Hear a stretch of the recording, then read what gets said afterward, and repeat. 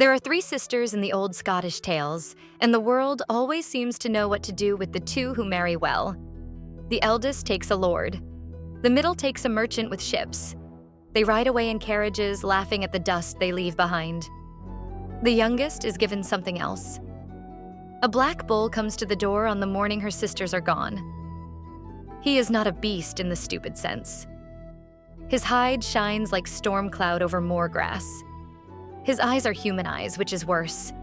He says, if she will ride on his back and never look down, he will carry her to a place where a man waits who is worth the trouble of patience. She does not know yet that the bull is the man, or that patience will be tested in ways carriages never ask of brides. This is the story of the Black Bull of Norroway, and of the shirts that remembered what she forgot.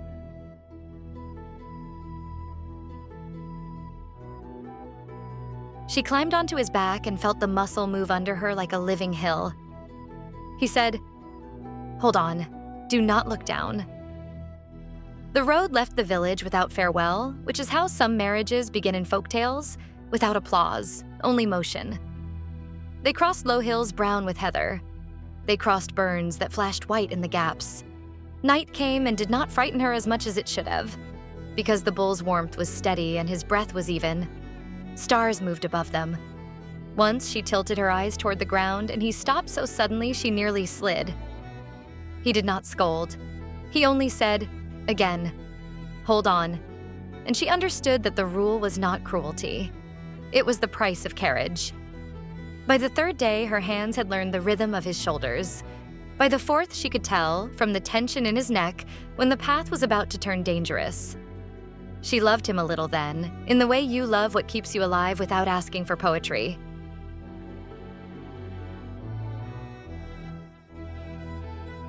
The glass mountain rose out of the moor like a slope made of winter. It was not ice, though it looked like ice. It was smooth stone that gave no foothold to ordinary feet. The bull said, "Tighter," and ran.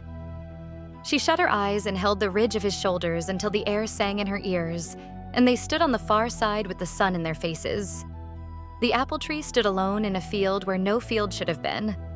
Its fruit was gold and heavy, and the bull told her which apple to take and which to leave, because fairy tales are particular about greed. She listened. She took one apple and put it in the fold of her cloak.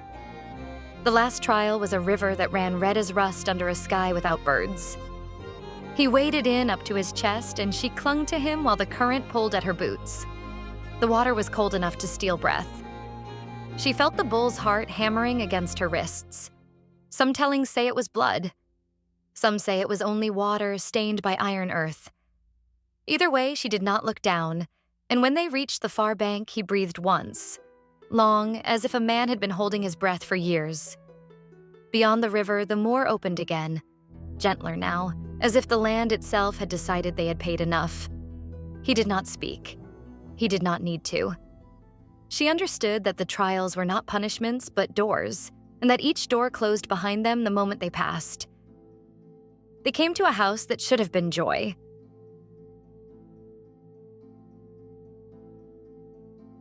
Her stepmother stood in the doorway with a smile that did not reach her eyes. The sisters were gone to their husbands. The table was set. There was food. There was fire. There was the smell of wool and heather tea. At night, the stepmother pinned an enchanted brooch into the girl's dress while she slept. In the morning, the girl woke empty. She knew her own name. She knew the house. She did not know the bull. She did not know the road they had traveled or the rule about looking down.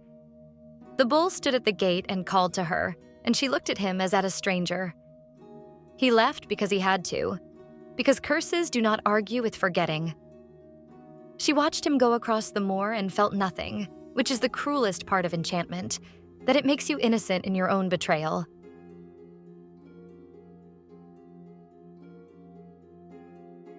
She wandered until an old woman took her in at the edge of a wood. The old woman did not ask questions at first. She gave oat bread and a stool by the fire.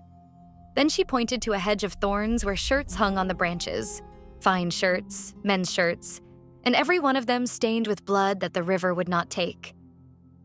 "Wash them," the old woman said. Wash them until the water runs clear. The girl worked, her arms ached. The sun moved and the basin had to be emptied and filled again and again. Crows watched from the hedge without pity. The blood faded by inches, not by magic words. She learned the rhythm of scrubbing the way she had learned the rhythm of holding on to the bull's shoulders. On the third day, the last shirt came clean except for one small spot that would not leave. She washed until her knuckles bled and the spot remained, and then she wept. Not because she remembered yet, but because her body knew before her mind did that something important was slipping away forever. The old woman softened. She told her to look toward the great house on the hill where a wedding feast was being prepared, and to go there as a servant if she wanted the chance to finish what the river could not.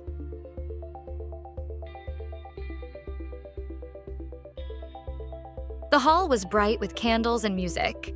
A bride in lace sat smiling at a table that had not earned her smile. The young lord, the prince, the man the girl's body remembered though her mind did not, sat beside her with the still face of someone going through a ceremony because a curse requires it. The forgotten girl carried water and kept her head low. She watched the lord's hands. She watched the way he did not look at the bride with love. She watched the window where the moor lay dark beyond the glass. Musicians played a tune for a wedding that felt like a lock turning in the wrong door. Somewhere in the story, a bull was still walking, still keeping a promise she had thrown away without knowing. And her hands, though her mind had forgotten, were red from soap and thorns as if they remembered work that was not finished. When the music rose and the guests turned, she slipped out to the hedge where one shirt still waited. The one with the stubborn stain, as if the tale had saved the hardest work for the moment when memory might return. She washed until the water in the basin ran clear and the fabric lay white against the thorns. Only then, as the old tellings require, one drop of blood fell from her finger onto the cloth. The stain spread for a heartbeat, and the lord in the hall cried out as if someone had struck a bell inside his chest. He ran to her. He took the shirt in his hands. He looked at her face and the forgetting broke like thin ice on a burn. He said her name, or the name the story gives her. And she knew him, knew the bull, knew the glass mountain and the apple and the red river, and the night she had held on without looking down. The false bride vanished from the tale the way false things vanish when truth arrives without applause. The stepmother's brooch was found and thrown into the fire. No one in the hall argued. Fairy tales are rarely fair to stepmothers, but they are sometimes fair to girls who wash shirts until their hands remember what their minds were made to forget.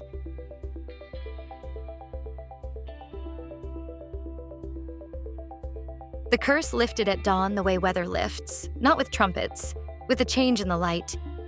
He stood before her in human shape at last, the same eyes the bull had carried, the same steadiness in the shoulders. He was not a stranger dressed as reward. He was the journey she had survived. They married in the hall that had almost been stolen from them.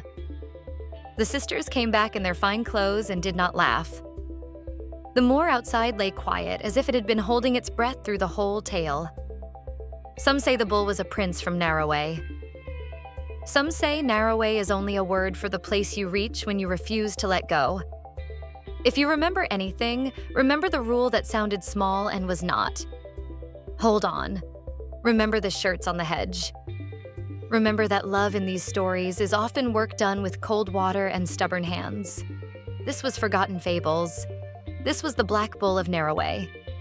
Follow the channel when you want the next country, the next age, the next story the loud world forgot.